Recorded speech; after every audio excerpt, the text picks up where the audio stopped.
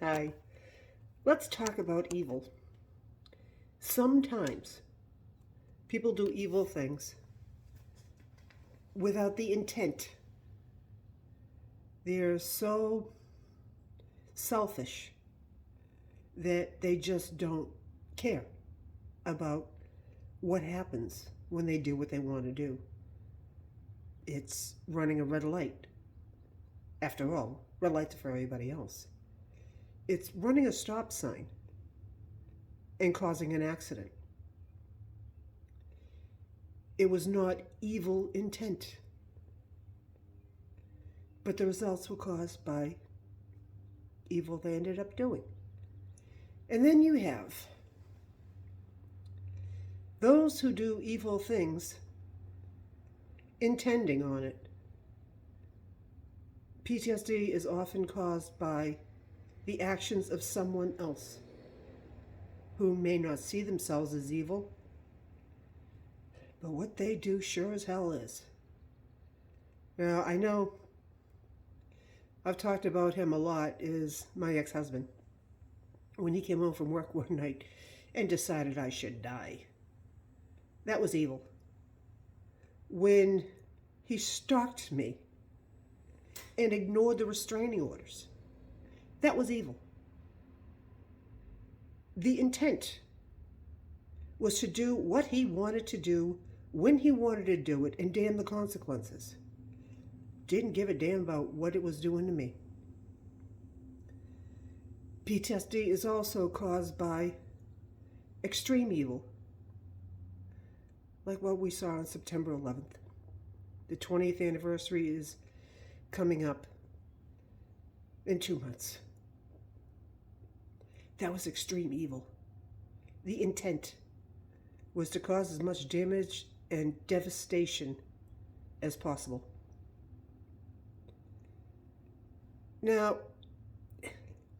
if you know anything about human nature, then you know that evil existed since the beginning of time. You can't read the Bible and not see evil in it,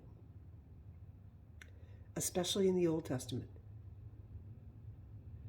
But you also see what the power of faith did too. If you read Psalms of David, you see it over and over and over again.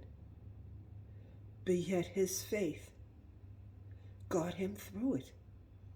Got him through all those extreme dark days and brought him back out of that valley. Today's video, Jackie Evanko, the Lord's Prayer. Deliver us from evil, because he can. Definitely he can. He can deliver us from the evil that tells us we shouldn't have survived. He can deliver us from the evil that says we're doomed. God only gives us what we can handle. As if God sent what we survived to us, instead of God gives us what we need to get through it.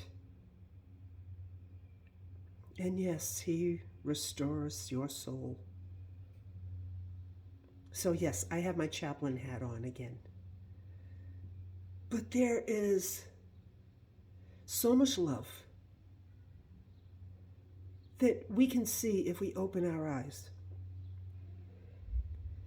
And if you want to see goodness, acknowledge that evil does exist. But as we saw during every single thing that happened, one or a few caused the suffering of many, but many, many more responded out of love and compassion and goodness to try to help everyone in need around them.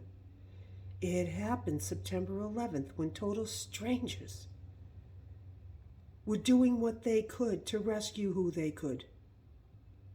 It happened when firefighters and police officers put their lives on the line to try to save as many as they could.